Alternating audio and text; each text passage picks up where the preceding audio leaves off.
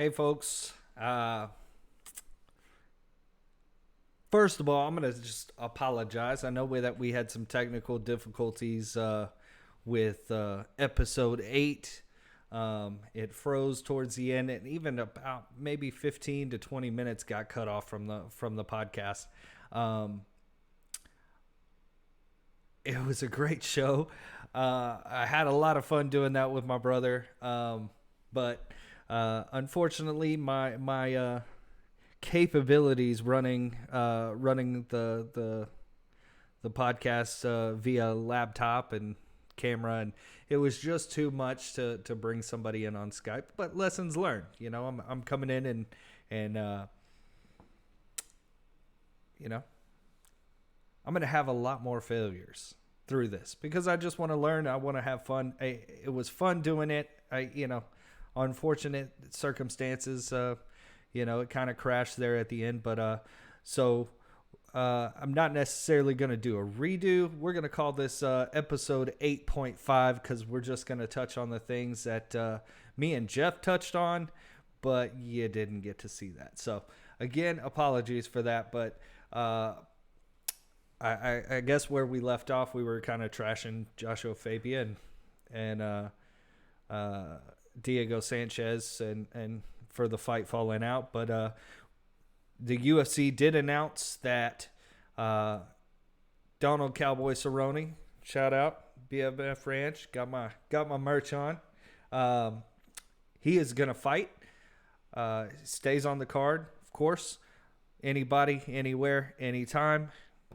That's just Cowboy's way, and it wouldn't be a right thing for him to turn down a short notice fight, being that he's the one that's normally jumping in short notice, being a replacement. So he faces Alex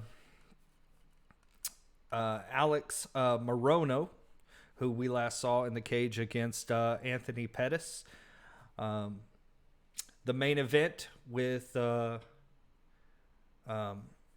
TJ Dillashaw and Corey Sandhagen. Of course, the much hype return of TJ Dillashaw coming off of his juicing steroid pop positive. I don't remember exactly what it was that he popped for, but neither here nor there. He comes back off of his suspension and is facing a killer in Corey Sandhagen. But unfortunately, Dillashaw is hurt.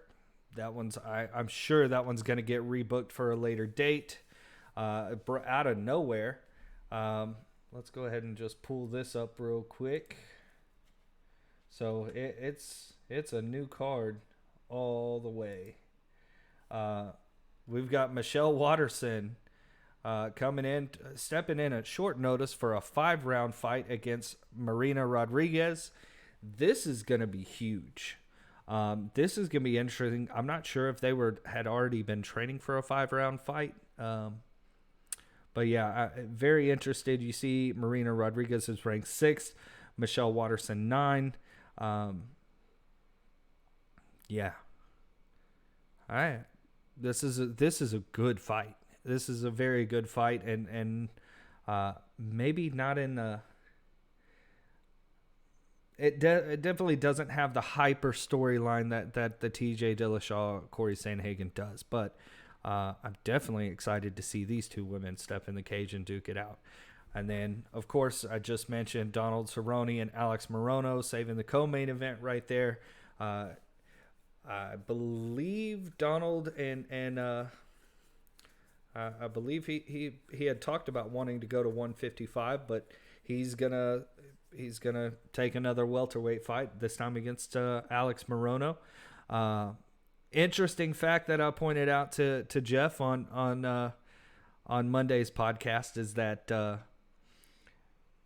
Alex Morono and Donald Cowboy both have a no contest on their record. Their no contest on their record was both to Nico Price. Nico Price, both times that he fought these guys, popped positive for marijuana and got the decision overturned to a no contest. So, interesting fun fact. I thought that was funny. Alex Morono just the last time we saw him was in December. He fought Anthony Pettis. Of course, Anthony Pettis' last fight in the UFC, now over at PFL, took a recent knockout loss. But yeah, this is Alex Morono's got good, very good footwork, very good movement. I think he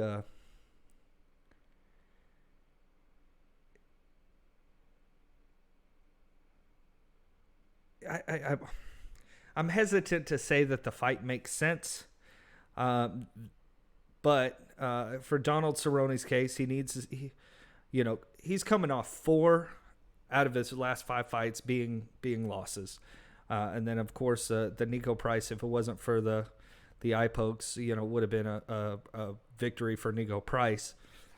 Ultimately, it ended as a draw, which subsequently got turned over to a no contest.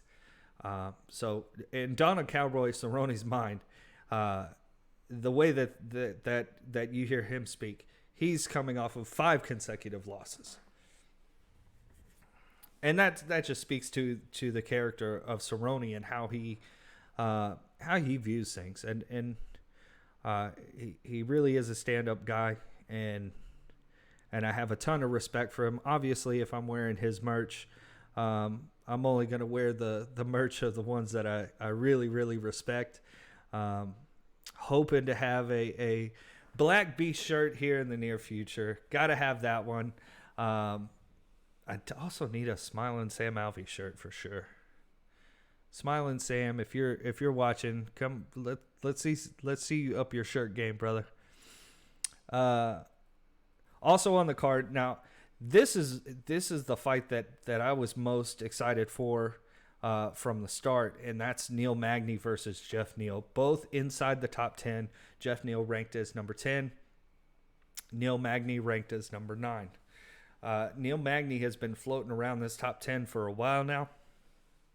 Jeff Neal has been bursting onto the scene and really trying to insert himself into title contention, and so has Neil Magny. So this, of course, being 9-10, I don't think, especially in a crowded welterweight division, you're going to come out with a number 1 contender after this fight. But I definitely see the winner of this fight being able to take a top 5 fight and with potential title implications.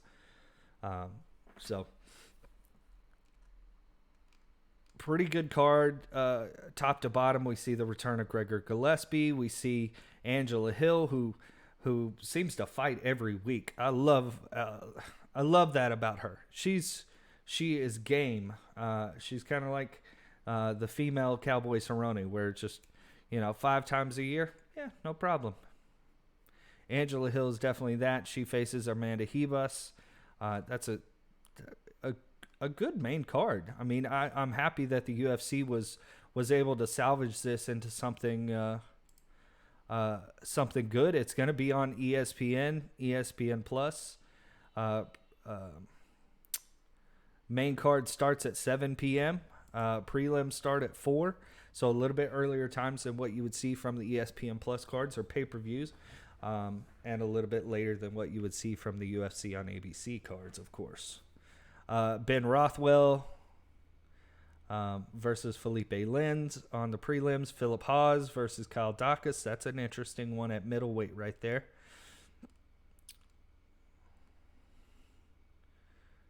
Yeah. So good stuff coming. I know this being an 8, episode 8.5, this is just going to be a quick snippet. The preview that we weren't able to well, we got to it, but we weren't able to put it up there for you guys between me and Jeff. We didn't make any fighter picks or anything like that, and I enjoyed having him on there.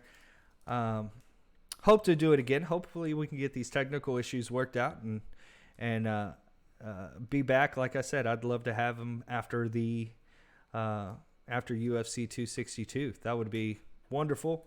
Of course, I'll be back on Monday. We'll recap this and do a preview show for UFC 262.